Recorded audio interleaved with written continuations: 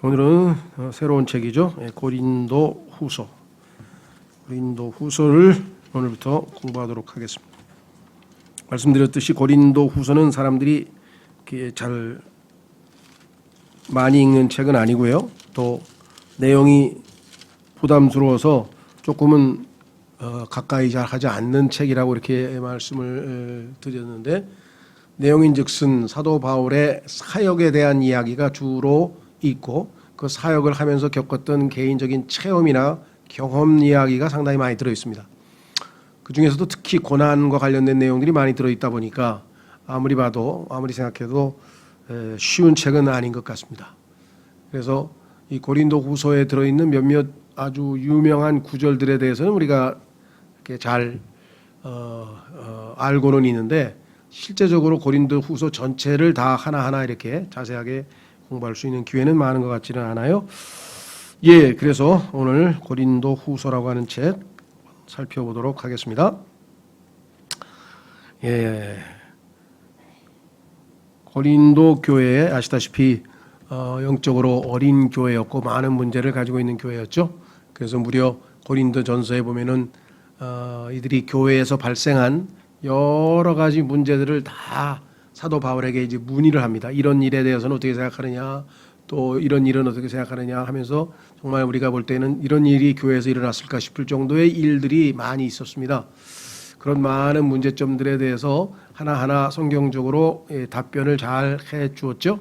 그래서 교회에서 일어나는 여러 가지 갈등들, 여러 가지 문제점들에 대한 답변을 얻을 수 있는 좋은 책이다, 이렇게 우리가 얘기를 했고요. 우리가 확인해 볼 수 있는 일종의 매뉴얼이라 그랬죠. 확인해 보니까 이런 문제가 교회에서 발생했을 때는 이렇게 처리를 하고 이렇게 해야 되겠다. 그런데 더 중요한 것은 이러한 모든 문제의 발생 원인은 사실은 질문은 하지 않았지만 사도 바울이 앞서서 미리 언급을 했어요. 그것은 뭐냐? 그것은 그들이 영적으로 성장하지 못하고 어린아이 상태로 그대로 머물러 있었기 때문에 일어난 일이었습니다. 그들은 지식도 많고 은사도 많고 하나님 주신 선물도 많고 여러 가지 면에서 아주 굉장히 어떤 면에서는 풍성한 교회였는데, 그 교회 성도들 한 사람 한 사람들이 영적으로 제대로 성장하지 못했기 때문에 그런 갈등들이 표출되었었죠. 그래서 영적 성장에 관한 이야기가 2장서부터 시작해서 3장에 걸쳐서 나옵니다. 그래서 그 유명한 구원받지 못한 사람, 영적인 일에 아예 관심이 없거나 영적인 일을 깨닫지 못하는 사람들은 본성에 속한 사람이라, 이렇게 본성에 속한 사람. 이제 안타까운 것은 우리말과 또 이 영어의 그 언어의 차이에 따라서 오해가 생길 수 있는 내용이 들어 있죠. 그것은 뭐냐? 이 영어에는 본성에 속한 사람이라고 하는 단어가 natural man이라고 되어 있어요. natural man. 그러니까 잘못 생각하면 이게 자연인인가? 아마 개역성경에는 제가 기억하는 아마 자연인으로 되어 있죠. 맞나요? 자연인으로 번역을 해놓은 것 같아요. 근데 우리가 상식적으로 생각하면 자연인 그러면 어떤 느낌이 듭니까? 당연히 자연을 사랑하는 사람 뭐 이렇게 생각이 들 거 아니에요. 그렇죠? 요즘에 문명이나 이런 도시 문명 같은 거를 피해서 자연에 들어가서 숲속에서 사는 사람, 뭐 자연인 뭐 이런 느낌을 잘못하면 줄 수가 있겠죠. 그렇죠? 그것은 왜냐하면 이 자연이라고 하는 단어가, 영어의 nature라고 하는 단어가 물리적인 세계, 그렇죠? 이 물리적인 세계에 있어서는 우리가 눈에 보이는 자연 세계, 하나님이 창조해 놓은 자연 세계에 있는 그대로, 그래서 자연이라고 번역을 하는데, 사람에게 있어서는 사람은 자연 세계에 속한 게 아니잖아요. 그러니까 사람에 있어서의 nature 하면은 성품이란 뜻이 돼요. 그래서 human nature 하면 인간의 성품이란 뜻이 되고요. 하나님은 신성한 성품이라 그래서 베드로후서에 보면 예수 그리스도를 믿고 구원받는 순간에, 우리가 구원받으면 하나님께서 우리에게 하나님의 성품, 신성한 성품, 그죠? divine nature, 하나님의 성품, 신성한 성품을 우리에게 주신다, 이렇게 돼 있어요. 그러니까 이 네이처라고 하는 것은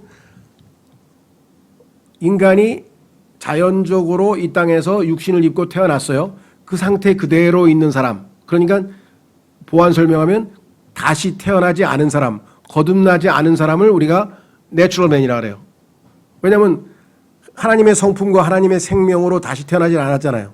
그러니까 있는 그대로 그죠? 엄마 뱃속에서 태어난 그대로 있는 사람이다 보니까 그게 내추럴맨인데 우리말로는 내추럴이라고 하는 단어가 들어가면 아주 자연스럽다 뭐 이런 식으로 번역을 하다 보니까 의미가 잘 들어오질 않죠. 그래서 이제 고심 끝에 우리가 흠정역 번역할 때는 본성에 속한 사람이다. 그래서 의역을 할 수밖에 없었어요. 태어난 본성, 인간의 본성을 그대로 지니고 있는 사람, 거듭나지 않은 사람이란 뜻으로 해서 우리가 이렇게 썼습니다. 그래서 그런 사람에 대한 얘기 첫째, 두 번째는 영적으로 거듭났어요. 하나님의 자녀가 됐어요. 하나님의 생명도 받고 하나님의 성품도 받았지만 성장치 아니하고 신분은 하나님의 아들인데 실제 삶은 여전히 옛사람, 구원받지 못한 본성에 속한 사람처럼 살아가는 그러한 영적인 베이비, 영적인 갓난 아이들 이렇게 해서 그것을 성경에서는 카널이라고 해요. 카널, 육신적인. 카니발 할 때 쓰는 카널이죠. 예, 그래서 육신에 속한 사람. 그래서 카널맨이라는 말을 썼어요. 그러니까 거듭났지만 영적인 어린아이를 성경적 용어로 카널맨 또는 우리가 우리말로는 육신에 속한 사람이다. 이렇게 번역을 했습니다. 그다음에 세 번째는 영적으로 이제 성숙한 사람. 그래서 이것을 spiritual man이라고 했죠. 영적인 사람. 그래서 또 뭐 영에 속한 사람. 번역은 또 다양하게 했는데요. 그 세 가지가 돼 있어요. 그러니까 하나님께서는 인간을 세 부류로 나눈다. 본성에 속한 사람, 거듭났지만 영적으로 성장하지 못한 갓난아이, 그다음에 영적으로 성숙한 영적인 사람 이렇게. 그래서 아마 저희 교회에서 나온 소책자 중에 최고 수준에 속한 사람, 그러니까 최저 수준에 속한 사람은 본성에 속한 사람이고 중간 수준에 속한 사람은 영적인, 소위 말하면 육신적인 사람이고 그다음에 최고 수준, 하나님이 창조한 인간의 최고 수준은 영적인 사람이다. 그래서 지금 그 소책자가 아마 책자로 나와 있는 것 읽어보셨는지 모르겠습니다. 한번 읽어보시면 하나님께서 이 땅에 존재하는 인간을 또 다양한 방식으로 분류하는데 그중에 여기 해당되는 겁니다. 그래서 이 고린도 교회의 모든 문제는 바로 거기에서 생겼죠. 카널맨, 구원은 받고 하나님의 자녀가 되기는 됐지만 카널맨, 육신적인 상태에 그대로 놓여 있었기 때문에 이러한 문제가 생겼고 결국은 그것은 사랑의 부족 때문이다. 그래서 고린도전서 13장에서 다름 아닌 유명한 사랑장이 왜 하필이면 타락한 교회, 부패한 교회인 고린도전서에 사랑장이 들어가 있느냐. 그 아름다운 사랑장이, 그 아름다운 사랑이 부족하기 때문에 표현을 안 하기 때문에 표출을 못하기 때문에 일어나는 현상이 고린도 교회 현상이다. 이렇게 이해하시면 되겠죠. 자, 그래서 그 편지를 썼는데 의외로 좋은 반응이 왔어요. 야, 걱정했죠. 노심초사했죠. 야, 이렇게 질책을 하면서 이렇게 막 지적을 했는데 과연 이 사람들이 이 편지를 통해서 자신들의 상태에 대해서 하나님의 말씀을 받아들이고 그 말씀에 올바로 반응할 것인가라고 노심초사하면서 이건 너무 세게 글을 쓴 거 아닌가, 너무 세게 강력한 비판을 한 거 아닌가 하면서 바울이 마음이 상당히 그랬는데 노심초사했는데 의외로 보니까 올바른 반응을 해서 이 회개하고 새롭게 출발하려고 하는 그러한 조짐을 보게 됩니다. 그래서 하여간 이 고린도 후서라고 하는 것은 그 고린도 전서에 이어서 사도 바울이 한 내용인데 자신의 사역의 경험을 쭉 나열해서 일종의 자서전이라는 이야기를 했었었죠. 자, 그래서 우리는 1장으로 가보면서 하나하나 좀 살펴볼 텐데요. 사도 바울이 처한 여러 가지 여건이나 놓여 있는 그런 환경을 보면 우리로서는 상상하기 어려울 정도의 어렵고 힘든 처지에 놓여 있었습니다. 특히 뒷부분에 11장에 가면은 자기가 겪었던 내용들을 쭉 열거하는데 어휴, 어떻게 이렇게 살 수 있을까 싶을 정도의 상황이지만 그 상황에서도 하나님의 도우심을 받아서 승리하는 그리스도인이 되었고 정말 기독교 최고의 가장 뛰어난 하나님의 일꾼 사역자가 될 수 있었다. 그래서 고린도후서를 보면 야, 그리스도인이 되면 이렇게 살아야 되나 하고 겁을 먹지 마시고 그 어떠한 여건 하에서도 하나님께서 함께 하시면 우리가 승리의 삶을 살아낼 수 있다. 그리스도인의 삶을 살아낼 수 있다라고 하는 그러한 면에서 우리가 도전을 받으면 좋겠습니다. 자, 그러면 1장 1절서부터 살펴보겠습니다.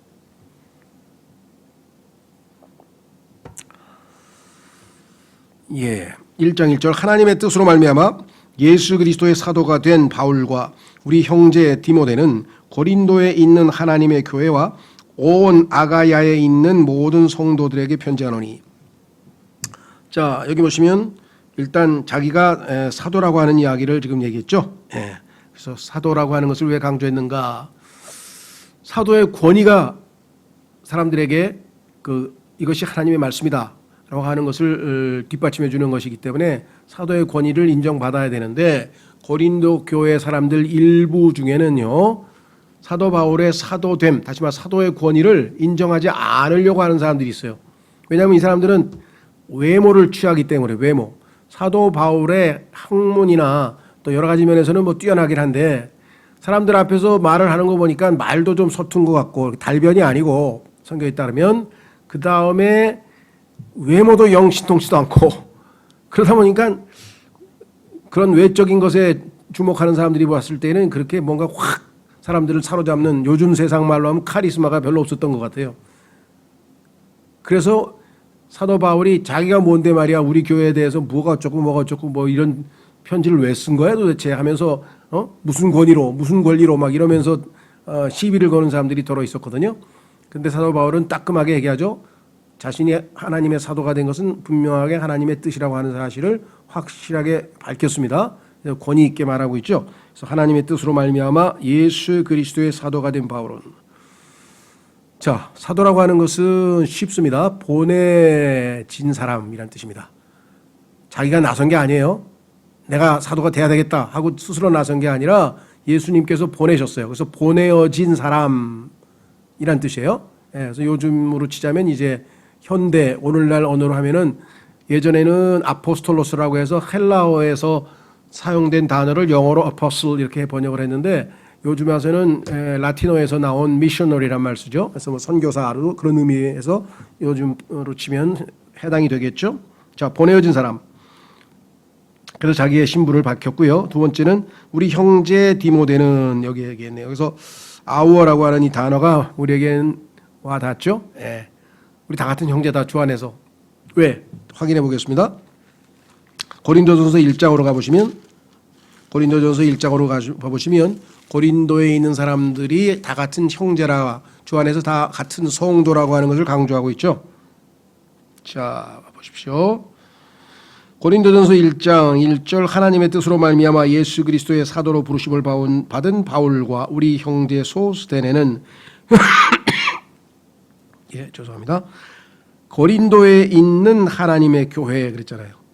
곧 그리스도 예수님 안에서 거룩히 구별되고 성도로 부르심을 받은 자들과 또 각처에서 예수 그리스도 우리 주 곧 그들과 우리의 주 되신 이름을 부르는 모든 자들에게 편지하노니. 그러니까 여기서 보니까 모든 우리가 다 함께 주 안에서 성도라고 하는 사실을 이야기하고 있죠. 자, 그래서 우리라는 표현을 썼네요. 자, 다시 돌아오시면 우리 형제 디모데를 키워낸 후임 사역자로 키워냈죠.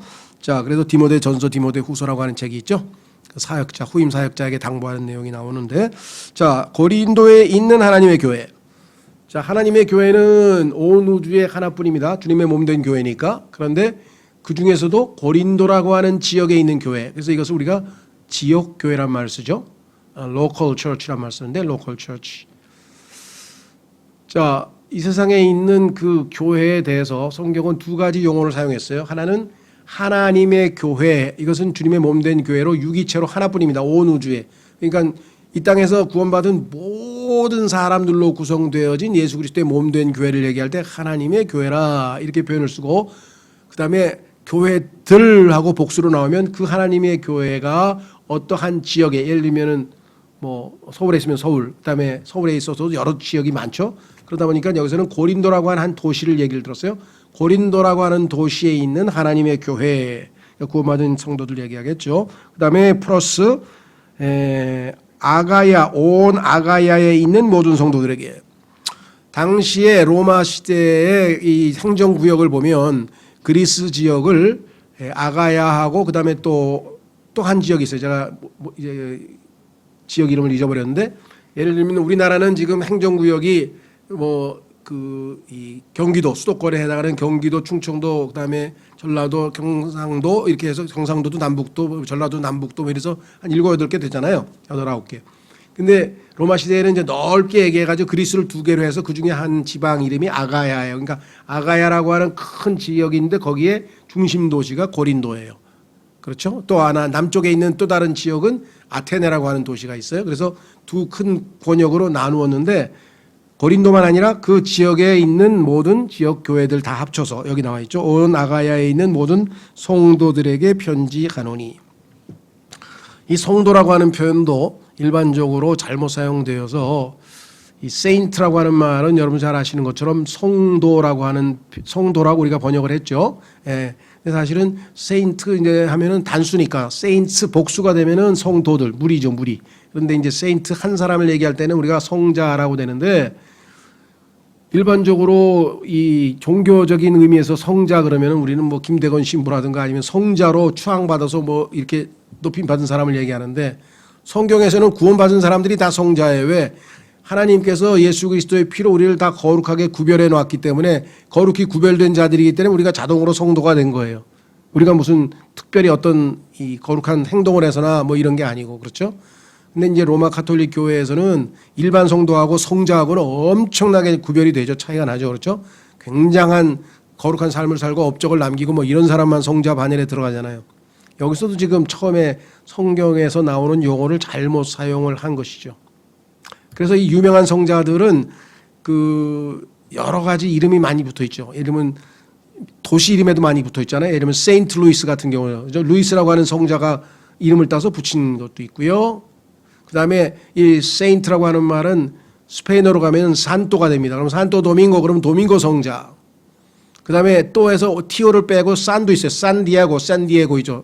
샌디에고, 샌프란시스코, 샌앤토니오 이게 전부 다 세인트란 뜻이에요. 그러니까 그 유명한 카톨릭의 성자들의 이름을 붙여서 도시 이름들을 다 만들어 놓은 거예요. 사실은 정말 남들이 보면 웃겠지만 세인트 김영균이야 이게. 그러니까 사람들이 당신이 무슨 세인트야 하고 아니 성경에 나보고 세인트라 그랬는데 왜 당신이 세인트 이게 용어가 의미가 달라져 버린 거예요. 원래 순수한 의미를 그렇게 왜곡시켜 놓은 것이죠. 조심하셔야 돼요. 자, 그래서 우리는 하나님께서 우리를 거룩히 구별하셨다. 확인해 보겠습니다. 이건 고린도전서 6장에 나오죠. 고린도전서 6장에 보면요. 하나님께서 우리를 거룩히 구별해 하셔서 자동으로 성자가 돼버린 거예요. 우리가. 고린도전서 6장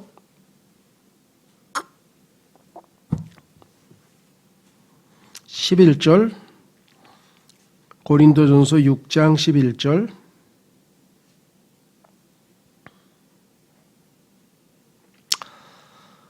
너희 중에 이 같은 자들이 더러 있었으나 이 같은 자들은 9절서부터 얘기하는 여러 가지 불의한 일들이 쭉 열거되어 있죠. 죄악들이 열거되어 있는데 이와 같은 자들이 더러 있었으나 너희가 우리 하나님의 영을 통해 주 예수님의 이름으로 씻기고 거룩히 구별되어 의롭게 되었느니라. 여기서 거룩히 구별되었다라고 sanctified라는 말을 썼잖아요. 그렇죠?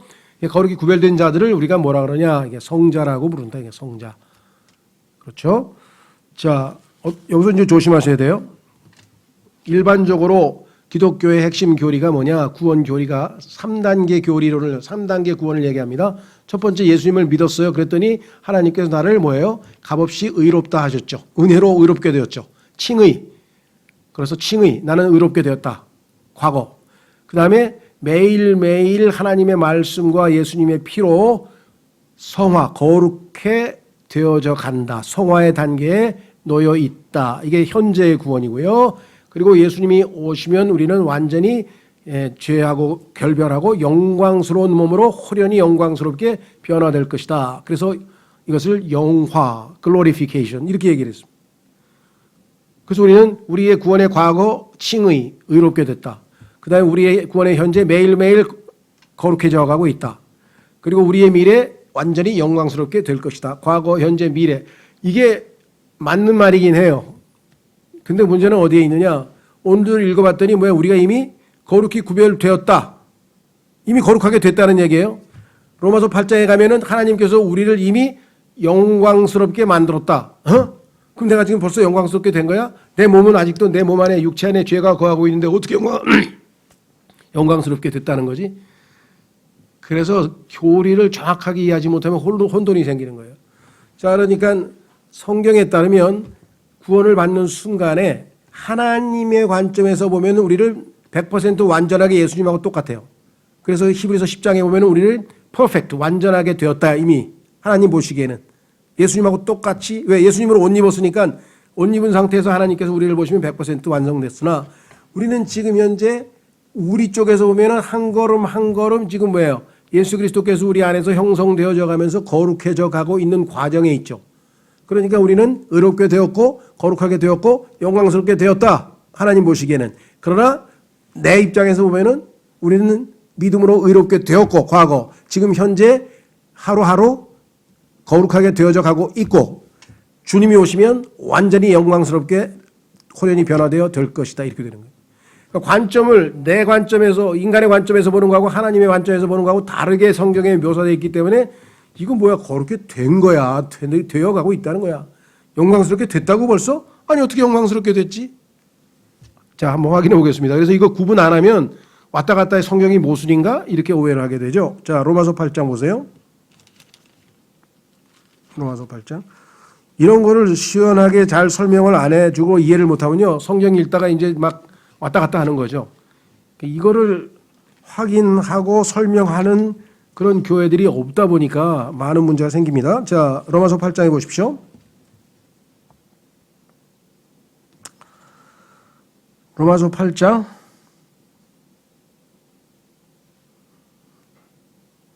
29절. 로마서 8장 29절. 그분께서는 자신이 미리 아신 자들을 또한 예정하사 자신의 아들의 형상과 같은 모습이 되게 하셨나니 이것은 그분이 많은 형제들 가운데서 처음 난 자가 되게 하려 하심이니라. 뿐만 아니라 그분께서는 자신이 예정하신 그들을 또한 어떻게 했다고요? 부르시고 자신이 부르신 그들을 또한 뭐라고요? 의롭다 하시고 다 과거입니다. 자신이 의롭다 하신 그들을 또한 어떻게 했다고요? 영화롭게 하셨다. 이거 glorified. 벌써 다 과거 시대로 돼 있어. 그럼 하나님 우리는 구원 다 완성된 거네. 그렇죠. 하나님이 보시기에는 이미 과거, 현재, 미래가 없어요. 하나님은 영원부터 영원까지 계신 분이기 때문에 우리가 예수님을 믿습니다 하는 순간에 구원이 완성돼 버린 거예요. 우리는 한 걸음 한 걸음, 그러니까 히브리서는 우리가 한 걸음 한 걸음 주님께 나아가는 과정을 그렸기 때문에 완전함으로 나아가자. 그렇게 되어 있는데 너희는 이미 완전하게 되었느니라 그런 말씀이 또 있단 말이에요. 하나님 관점에서 보면 다 완성된 거고 우리 쪽에서 보면 지금 진행 중이고 이해가 되시겠죠? 자, 그래서 우리는 다시 돌아옵니다. 고린도 후서로 돌아오셔서 우리는 이제 성도가 되었고요. 고린도 후서 다시 1장으로 돌아오셔서 성도가 돼요. 여러분이 세상 사람들은 성자 그러면 막 당신이 무슨 성자야 그러는데 뭐 나도 내가 봐도 내가 성자가 아닌 것 같아. 근데 하나님이 나보고 성자라 그러는데 나보고 어떡하라고. 그래서 나는 성자답게 살려고 노력하려 그래. 성경에 보면요. 너희는 이미 성자니까 거룩하게 살라 이렇게 된 거예요. 성자답게 되려고 노력하는 게 아니고 하나님 이미 성자로 만들었어. 신분이. 내가 이미 하나님의 자녀야. 그러니까 그 신분에 걸맞게 좀 살아. 그런데 왜 그걸 못 살아? 이렇게 되는 거죠.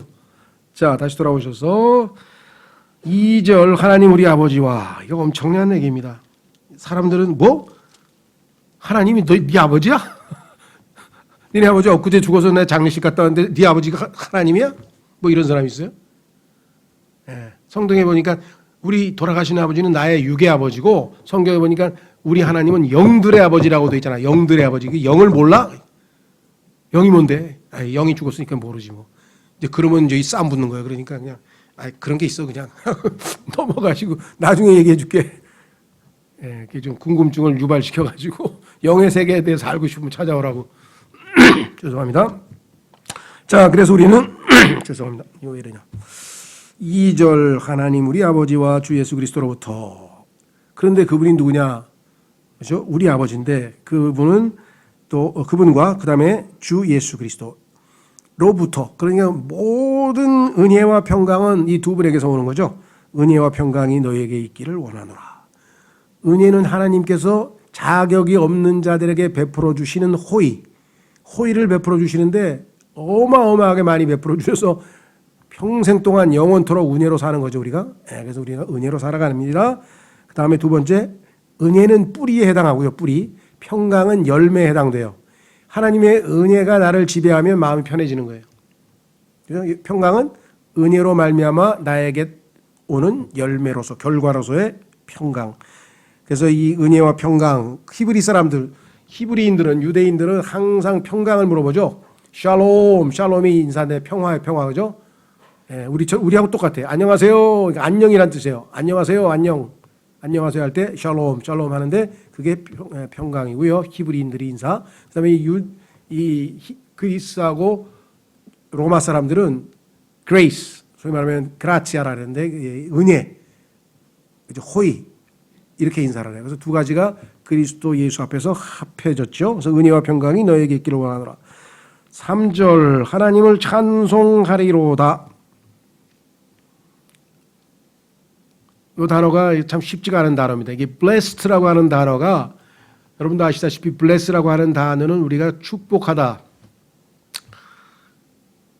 그러니까 우리말로 번역할 때 제일 좀 여러 가지 면에서 어려워요. 첫 번째, 내가 어떤 형제가 하나님의 복을 좀 많이 받았으면 좋겠어. 여러 가지 면에서 영적인 복도 받고 약간 물질적인 복도 받고 저 형제가 하나님으로부터 복을 받았으면 좋겠는데 하나님 저 형제에게 복을 많이 주세요라고 기도하면 내가 축복한 거예요.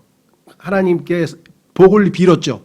저 사람을 위해서 복을 빌어주었죠. 이것을 축복이라 그래요. 축복. 그런데 그렇죠? 예. 우리는 하나님으로부터 축복을 많이 받았다 그래. 축복을 많이 받은 게 아니지 복을 많이 받았지. 축복은 복을 빌어주는 거라니까. 근데 우리는 축복하고 복을 똑같이 써. 축복 받으셨어요? 복을 축자는 빌어준다고 하는 동사예요. 근데 뭘 받아요? 그러니까 우리가 이 번역할 때도 하나님께서 주신 복들을 저 사람들이 많이 갖도록 해주세요 하면 내가 축복한 거예요. 그래서 축복 기도해 주십시오. 그러면 그렇게 기도해달라. 하나님 저 사람 복 많이 받게 해주세요 하고 기도해달라는 뜻이겠죠. 자, 두 번째는 뭐냐. 여기 나와 있는 것처럼. 근데 왜 하나님은 복의 근원인데 왜 하나님이 복을 받아야 돼요? 이 blessed라고 하는 말은 보통 하나님께 쓰이지 않고 사람에게 쓰이면은 복을 많이 받을지어다 이런 뜻인데 하나님께 복을 많이 받으시옵소서 뭐 이렇게 하실 수는 없잖아요. 그래서 이게 번역의 한계상 이것을 하나님께 해당될 때에는 찬송하리로다 이렇게 번역을 한 겁니다. 여기에 대해서는 뭐 하여간 쉽게 설명할 수는 없어요. 그러나 이 blessed라고 하는 말이 대상이 하나님이냐 인간이냐에 따라서 용어가 달라진다는 거예요. 여기서 지금 똑같은 단어지만 찬송하리로다 잘 번역하신 것 같아요. 그분은 곧 우리 주 예수 그리스도의 아버지시오. 예수님의 아버지가 나의 아버지가 됐다. 예수님과 내가 뭐예요? 형제간이 된 거죠. 그래서 성경에 보니까 예수님께서 뭐라 그랬어요? 자, 히브리서로 가보십시오. 이게 보통 일이 아니에요. 예수님께서 우리를 형제라 부르기를 부끄러워하지 않으셨다는 거예요. 왜? 똑같이 아버지가 똑같으니까. 우리도 예수님의 아버지가 우리 아버지가 됐으니까 형제간이 된 거죠. 그렇죠? 히브리서 2장.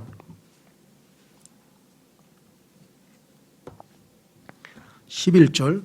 여러분이 요즘 모르겠어요. 뭐 금수저, 흙수저, 뭐 별 얘기를 다 하는데 우리는 그냥 졸지에 금수저가 된 거예요. 그냥 금수저도 아니지. 사실 다이아몬드 수저라고 해야 되나. 그러니까 우리 신분이 그냥 하나님의 아들로 격상이 되어버려가지고 예수님과 형제간이 되어버린 건데 히브리서 2장 11절 거룩히 구별하시는 분과 예수 그리스도 거룩히 구별된 자 우리 그리스도인들 다 하나 아버지에게 하나님께서 낳았으니까 다 하나에서 낳았으니 이러한 까닭에 그분께서 그들을 형제라 부르기를 부끄러워하지 아니하시고 부끄러워할 이유가 없어요.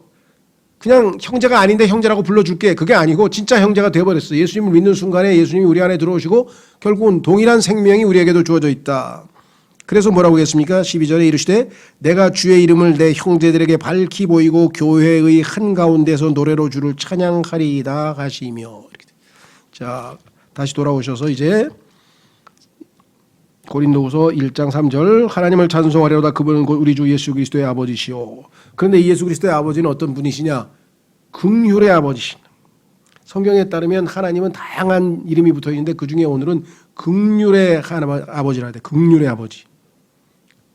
많은 merciful이라고 그러죠. 긍휼로 가득 차 있는 분이라고 시편에 보면 그분은 긍휼로 가득 찬 분이다. 긍휼이 많으신 분이다. 엄청나게 반복을 하죠. 처음에 하나님께서 우리를 대하실 때 어떻게 했어요? 이 땅에 태어난 모든 인간은 다 죄인이죠. 그 죄에 대한 죄값을 치러야 되는데 하나님께서 우리를 긍휼로 대해 주셨기 때문에 마땅히 받아야 될 형벌을 심판을 우리가 안 받았죠.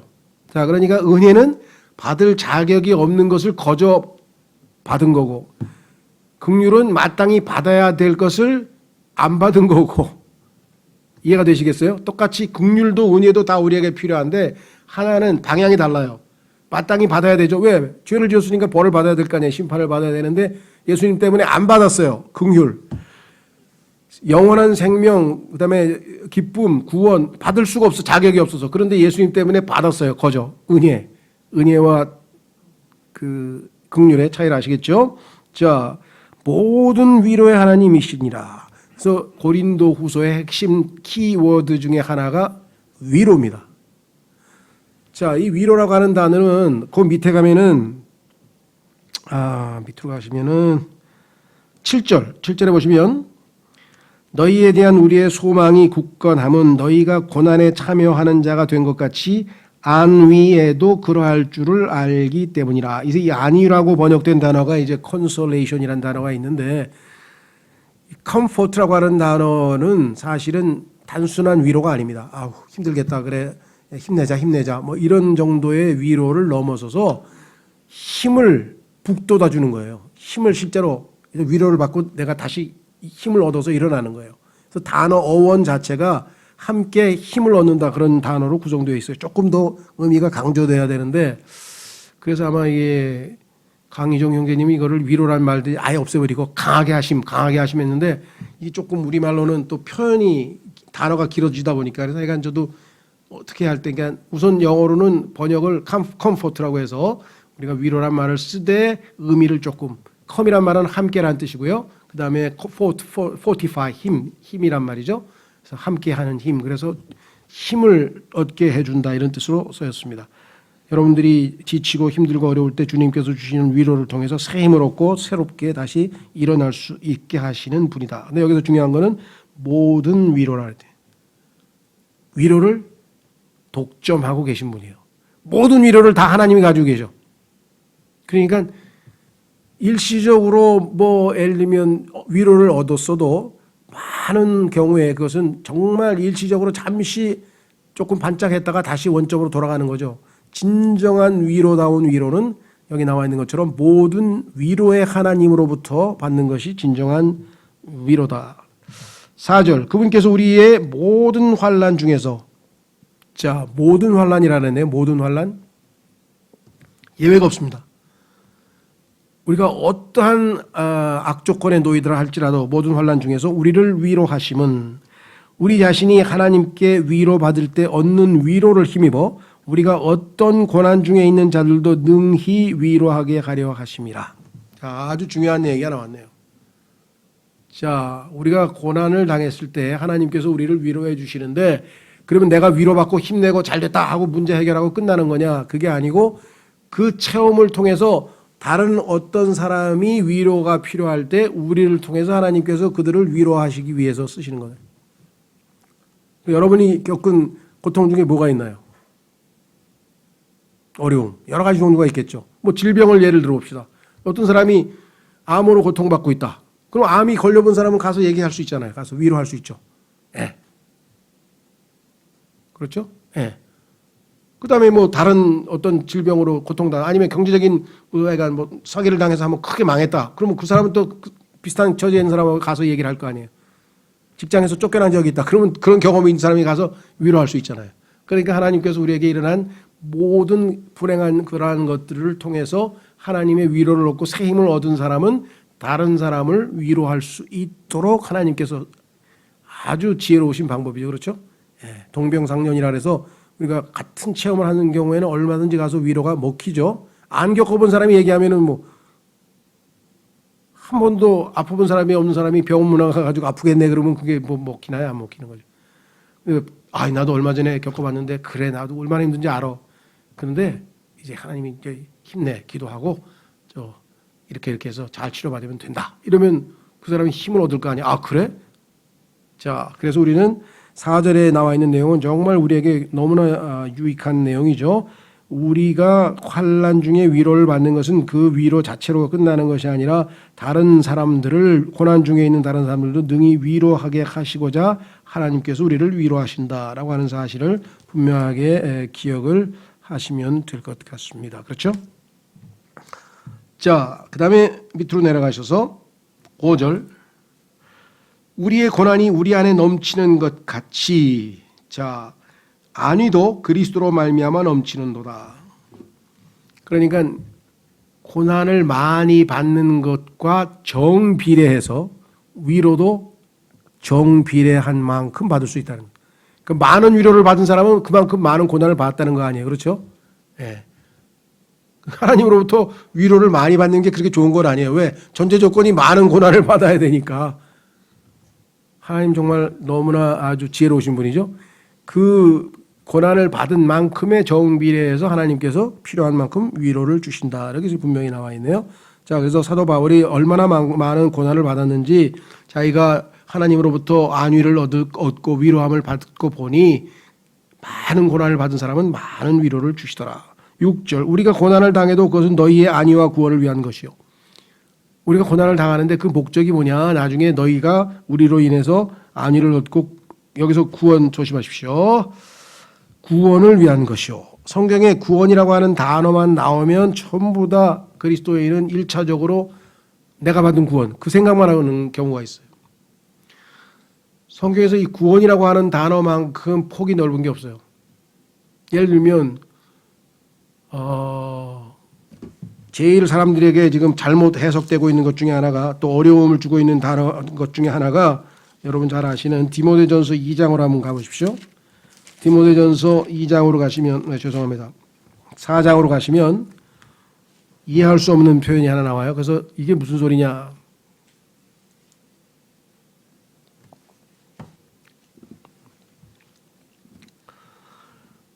자, 디모데전서는요. 이제 사도 바울이 후배 사역자에게 여러 가지 이제 교회 생활에 있어 사역자로서 갖춰야 될 덕목들 여러 가지들을 이야기하고 있는데 그 중에 하나가 뭐냐. 이렇게 얘기를 했어요. 13절. 내가 갈 때까지 읽는 것과 권면하는 것과 교리에 주의를 기울여라. 말씀의 사역자가 제일 주목해야 될 것은 뭐냐. 부지런히 읽어야 된다 이게. 성경을 읽고 책을 읽고 두 번째 사람들에게 격려하고 권면하고 열심히 합시다. 힘냅시다. 그 다음에 뭐예요? 교리 공부. 교리에 주의를 기울이는 거. 이 세 가지가 사역자로서 가장 중요한 것이니까 소홀히 하지 말라. 내 속에 있는 선물 곧 장로회에서 안수할 때에 대언으로 내게 주신 그 선물을 소홀히 여기지 말라. 잘 은사를 사용해서 주님을 섬겨라. 이것들을 묵상하고 전적으로 그것들에 몰두하여 내가 유익을 얻는 것이 모든 사람에게 나타나게 하라. 내 자신과 교리의 주의를 기울이고 그것들 가운데 거하라. 내가 이것을 행함으로 내 자신과 내 말을 듣는 자들을 구원하리라. 이 바울도 구원받고 바울의 지금 그 편지 수신자들도 다 구원받았는데 또 구원을 받으란 말이야? 이게 뭔 소리예요? 16절. 내 자신과 교리의 주의를 기울이고 그것들 가운데 거하라. 내가 이것을 행함으로 열심히 성경 공부하고 교리의 공부를 잘하면 내 자신과 내 말을 듣는 자들을 구원하리라. 이게 무슨 소리예요? 구원 받았는데 왜 또 구원 받아? 항상 문맥을 보라 그랬죠. 여기서의 구원은 뭐예요? 자, 4장 1절에 보십시오. 4장 1절. 이제 성령께서 분명히 말씀하시기를 마지막 때에 어떤 사람들이 믿음에서 떠나 유혹하는 영들과 마귀들의 교리들의 주의를 기울이라 하시는데, 그래서 마귀들의 교리 때문에 혼돈을 일으키고 미혹을 당해서 신앙이 왔다 갔다 하고 실족하는 사람들이 속출할 터인데, 그러니까 네가 정신 차려서 제대로 교리 공부 잘 해가지고 정확하게 잘 가르쳐주라. 그래야 그 사람들이 미혹으로부터 구원받아. 이게 지옥으로부터 구원받는 게 아니라 미혹되지 미혹으로부터의 구원을 얘기하는 거예요. 이런 내용이 엄청 많아요. 하나만 더 찾아볼게요. 이것만 하면 또 이것만 가지고 성경 공부 뭐 얼마든지 많이 할 수 있죠. 구원만 싹 찾아봐도 이게 왜 또 구원을 받아? 이런 얘기가 자주 나오죠. 자, 디모데전서 2장. 여기도 또 상당히 혼돈이 일어나죠.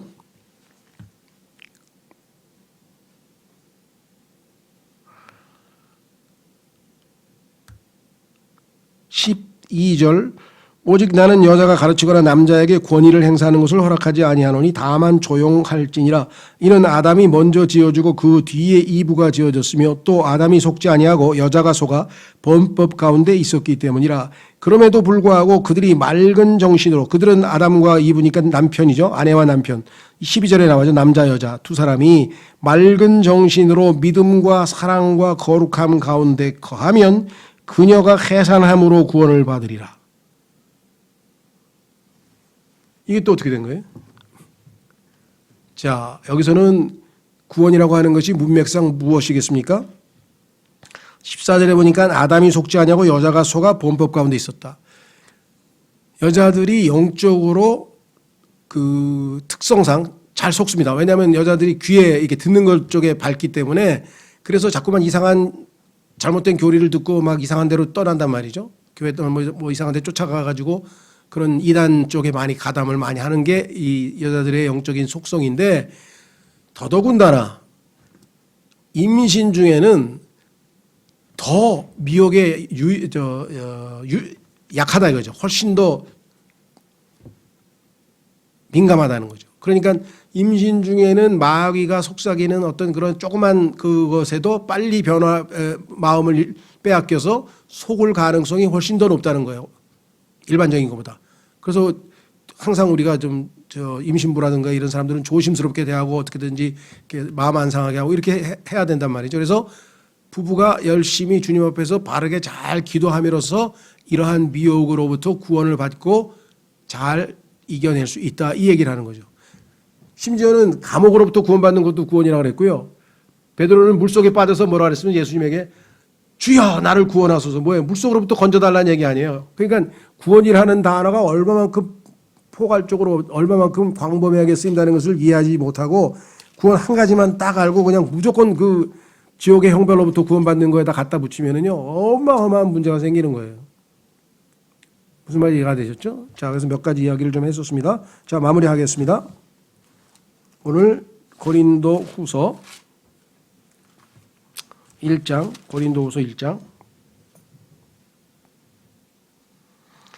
6절에 그것은 너희의 안위와 구원을 위한 것이니 이때 구원은 뭐라고 그랬습니까? 고난으로부터의 구원이 되겠고 여기 나와 있죠. 지금 고난 얘기를 지금 계속 하고 있잖아요. 그렇죠?